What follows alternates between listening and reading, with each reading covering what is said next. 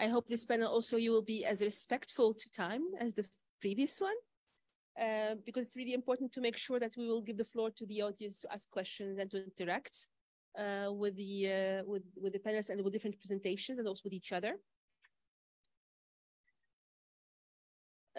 We continue hearing the voice of the South about their own reading, perspectives, perceptions, challenges, and opportunities regarding the SDG 17.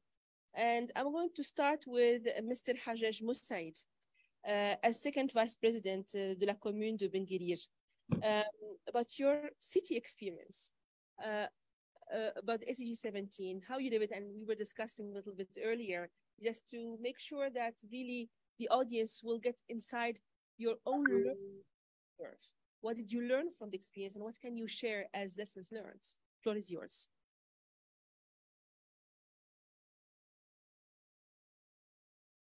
Merci beaucoup, Madame Leila.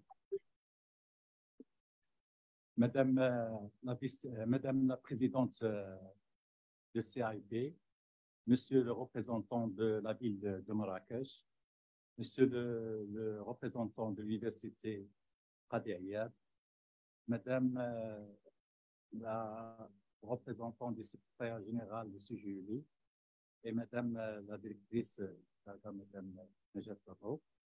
Donc, honorable assistante, je remercie le comité d'organisation de CIB d'avoir invité la ville de Ben Guerir pour participer à cette rencontre.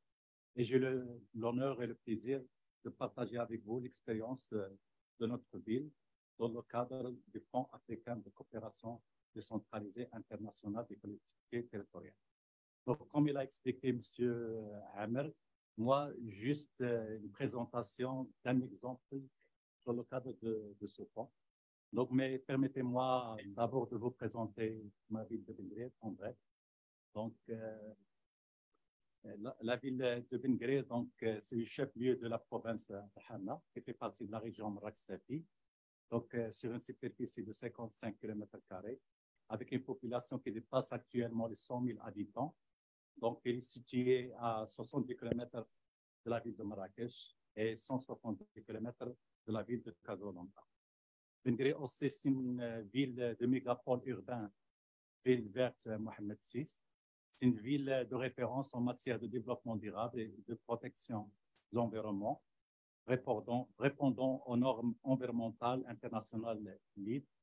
Une ville avec des composantes intégrées autour de l'une des plus importantes universités en Afrique, c'est l'Université Mohamed VI Polytechnique.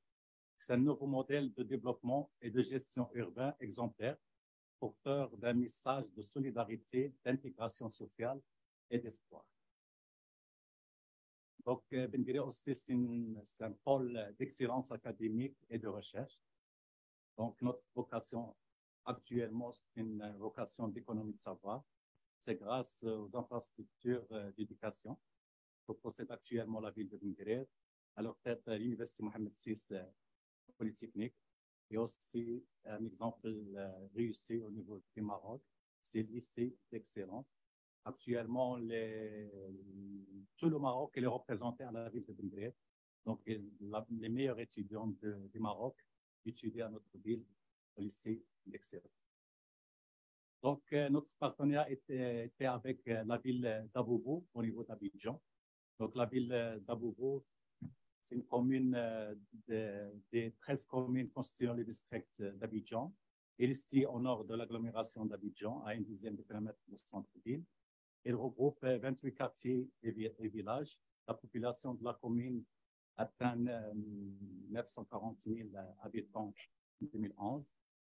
Le territoire communal d'Abobo s'étend sur une superficie de 7 800 hectares. C'est un vaste plateau bordé par des talwegs couvrant près de 31% de sa superficie. Donc, par rapport au partenariat, donc on a participé à l'appel à candidature, le premier appel à candidature du Fonds africain pour la coopération décentralisée. Et donc, nous, on a un contact direct avec la ville d'Abobo. Je veux juste souligner ce qui est important. Parmi les choses qui ont fait retarder l'implication des communes, de ce pôle-là, c'est le contact entre le chef des villes africaines. Ça, c'est très important. Mais la solution, elle existe. Il y a l'association des maires au niveau du Maroc qui joue ce rôle-là pour créer le lien entre les villes africaines et son homologue marocaine. Il y a aussi CGLI, donc qui joue aussi cette rôle. C'est à partir de ces deux organismes, nous sommes arrivés à augmenter le nombre de partenariats. Et surtout, donc, on a partagé cette expérience au niveau de la publicité, à plus souvent au Kenya. Donc, c'est après cet événement, on a beaucoup de contacts des villes africaines qui souhaitent être en partenariat soit avec ma ville, soit avec d'autres villes africaines. Donc, notre partenariat avec Abobo, c'est l'amélioration des cadres de vie pour une meilleure production d'attiqué. C'est une coopérative féminine qui produit l'attiqué. Donc, notre projet, donc, c'est réhabiliter l'unité de production, former les femmes productrices d'attiqué du village, mettre à la disposition de la coopération des matériels de production, construire des latrines pour les femmes, assainir les latrines scolaires du village, créer un jardin public pour la population du village et faire des plantations d'arbres dans le village. Donc, ça, c'est des photos de la situation avant. Donc, ça, c'est la première photo des conditions de travail des femmes.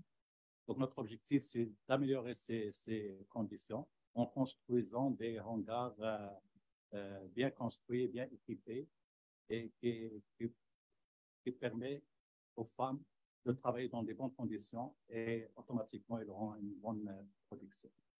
La même chose, la situation avant des jardins, avant la construction. Donc, le projet, c'était en 5 phases. La première phase, c'est la réalisation de l'unité de production. Deuxième phase, formation en 2 modules, gestion des coopératives et comptabilité simplifiée pour les femmes de la coopération et aussi formation des personnes qui se chargeront de brigades de jardinage. La phase 3, c'est l'équipement de l'unité de production. La phase 4, c'est la création de l'espace vert. Et la dernière phase, c'est l'équipement pour l'assainissement et du caniveau de l'entretien de la pluie. Donc, la contribution financière est aussi très importante. Le fonds participe avec 60% et la ville marocaine participe avec 30% et la ville homologue partenaire avec 10%. Et ça aussi, encore une leçon ici, c'est-à-dire le montant de participation de la ville africaine, ce n'est pas juste un montant, mais peut participer en nature. En nature, c'est-à-dire en heures d'expertise, en autre chose. C'est aussi une flexibilité qui est aussi importante pour permettre de réussir ce partenariat. Et pour votre information, notre ville d'Ingris, c'est la première fois qu'il participe financièrement hors du Maroc. Programme de coopération décentralisée hors Maroc. Même à l'intérieur du Maroc, on ne participe pas. C'est la première fois qu'on participe hors Benguerir, mais hors du Maroc. Donc, c'est très intéressant donc, pour cette coopération décentralisée. Donc, vous avez 30 secondes. Rapidement, donc, on doit signer un partenariat tripartite entre les deux villes plus la DGCT. Il faut les délibérer au niveau du conseil, très important. Ça, juste des photos de la cérémonie de lancement officiel. On a lancé le projet le 25/2/2022 en présence des vice-présidents de la commune d'Abobo et aussi de l'adjoint de l'ambassade du Maroc. C'est un événement officiel de lancement. Après, donc, le mois de 9, nous sommes arrivés à réaliser le hangar avec toutes les conditions. On a fait une cérémonie d'inauguration. Aussi, on a distribué tout ce qui est certificat pour les femmes. Et actuellement, on travaille sur le jardin public. Oui. Donc, et nous sommes convaincus d'avoir un cachet marocain, cette coopération. Pourquoi on a pensé green, on va installer une arbre solaire intelligente donc au milieu du jardin qui permet c'est-à-dire aux bénéficiaires de se connecter, de charger leur portable et aussi d'avoir le Wi-Fi. C'est très important.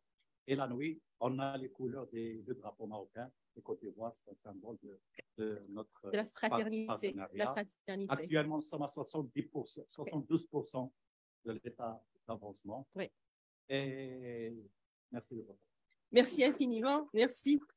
Ben, je sens très bien la fierté d'avoir des projets concrets et d'être utile pour un partenaire au Côte d'Ivoire. Merci pour le partage, aussi pour donner un exemple concret de ce fonds qui a été présenté par le ministère de l'Intérieur.